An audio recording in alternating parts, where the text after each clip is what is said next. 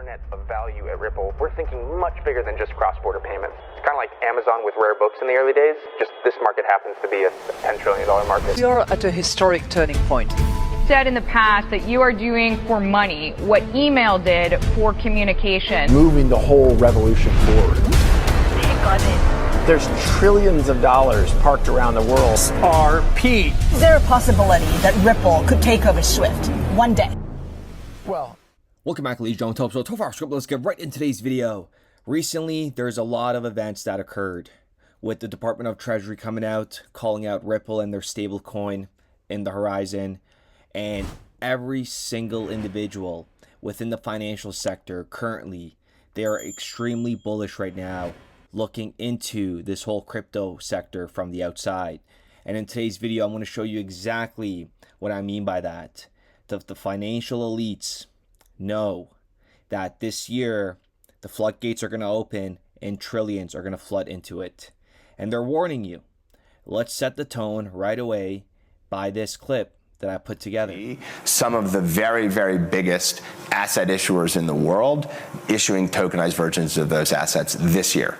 And so that's significant. And I think we are going to see dramatic growth in 2024. A lot of the things that are lining up in terms of the infrastructure, the usability, the standards, like there are just thousands of teams that are building on top of these things right now.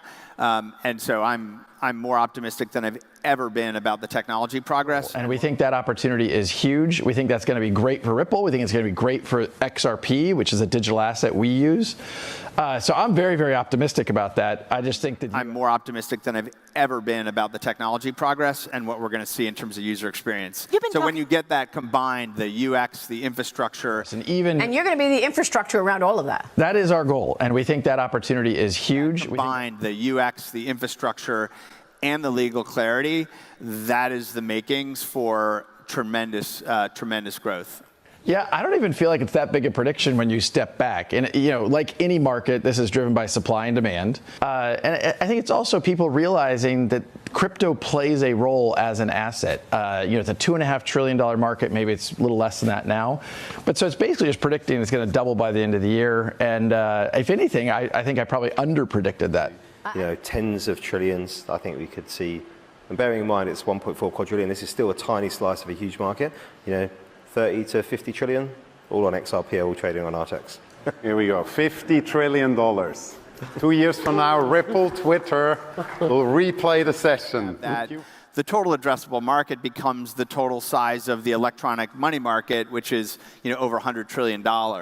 It's a really good thing, which is that if we want stablecoins to be something that your average household or corporation would hold on their balance sheet and know how to account for it, or financial institution is going to use it as collateral or use it in a financial service, you need that legal and regulatory certainty. And once you have that, then these types of digital currencies can truly go mainstream. And if you don't have that, they may be more limited in the markets that they can serve. But once you do have that, the total addressable market becomes the total size of the electronic money market, which is, you know, over $100 trillion.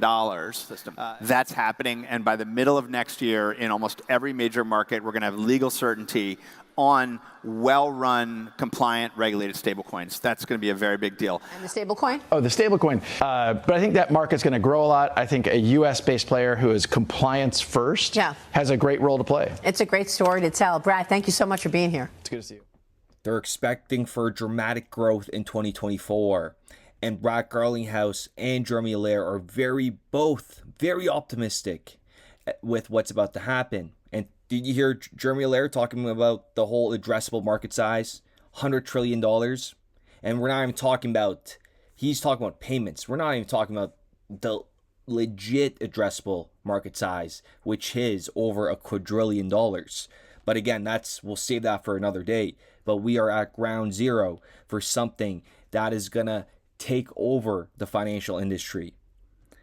And the most bullish takeaway from that little montage was when they were talking about well-run, compliant stablecoins. And Brad Garlinghouse stated that, you know, once we have a US-based player, compliance first, Come on, like, what? How did we miss that? Let's hear that again. And the stablecoin? Oh, the stablecoin. But I think that market's going to grow a lot. I think a U.S.-based player who is compliance first has a great role to play. It's a great story to tell. Brad, thank you so much for being here. He's pretty much on set defining their company and their stablecoin that they're about to release soon. Let me know what you guys think in the comments down below, but it gets better. In a moment, we're going to get into the digital dollar project. We're going to play this montage of the video because now, listening to this now with all the events that took place, with stablecoins coming, with Ripple, regulation coming, and how Ripple is deeply integrated with the BIS Innovation Hub, the IMF, high-level governmental organizations. I mean, people are going to miss this, but the ones that don't are going to be rewarded very handsomely. But look, we were right once again. Remember, I've talked about unpredictable fees. Banks will never use Bitcoin, Ethereum, or Solana. Bitcoin, take a look at this. A $5,800 transaction for $500 pretty much in network fees.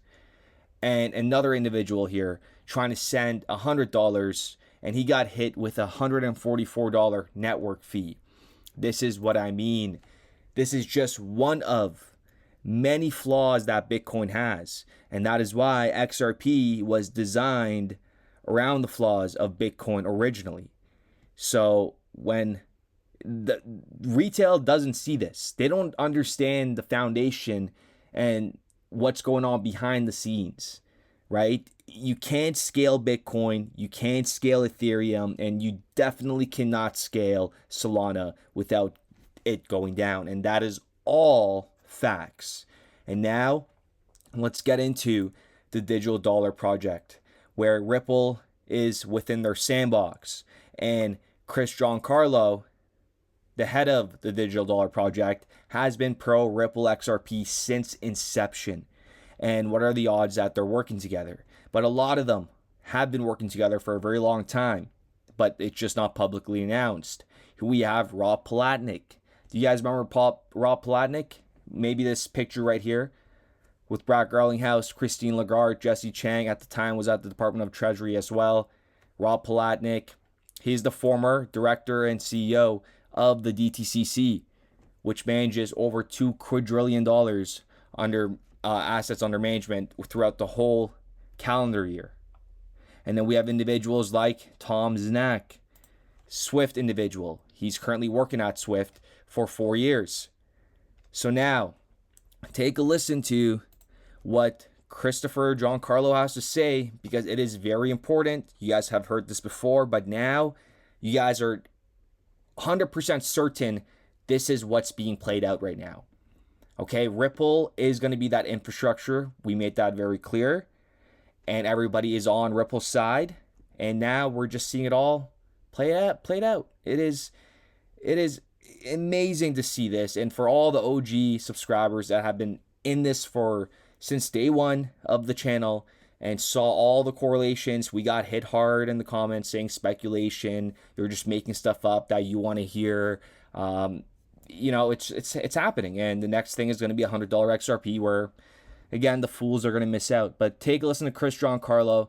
Music to my ears, should be to yours. And let me know what you guys think in the comments down below. So in short, our proposals, I think, is a quite simple one. And that is that there be a independent enterprise. Now, it can be a quasi-governmental. There's certainly a role for strict standards and government role in this. But having been in the government, knowing how difficult it is to actually do technological innovation in government, being a representative of government that couldn't build a medical website, and after 3 tries eventually went to the private sector to get it done. This has really got to be built, if it's going to be built on time and it's got to be built with private sector involvement. But that entity would make those standard protocols available to the entire existing financial ecosystem. That entity would make those standard protocols available to the entire existing financial ecosystem. Possibilities. Something is going to be the trust layer that lots of stuff gets built on that's programmable. To banks, payment providers, and others, standard set of protocols. Ripple is trying to be a payment rail for all the money that sits in between the banking system.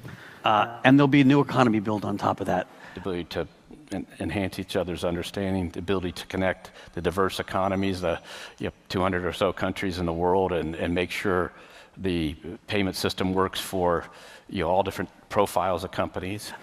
My gut feeling is we're not going to know the winner for 3 to 5 years.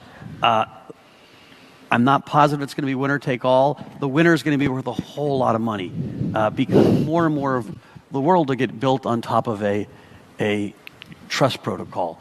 We need to make sure that the payments architecture has the right privacy protections so that people can trust using the system, because trust is really the essential linchpin of any payment system.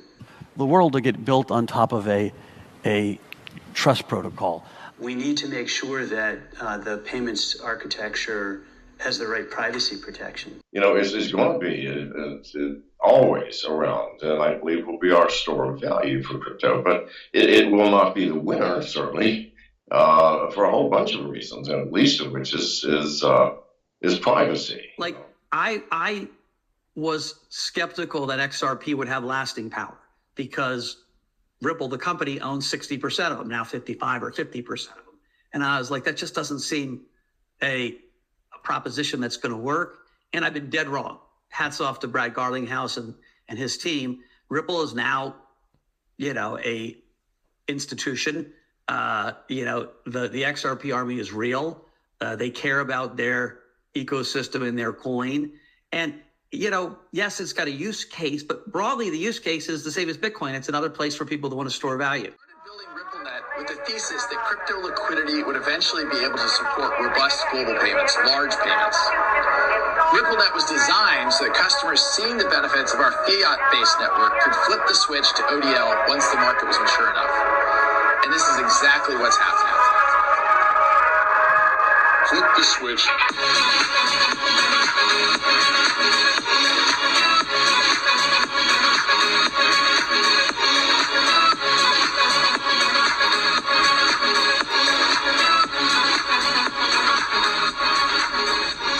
I think what we're building has, it's solving a real problem.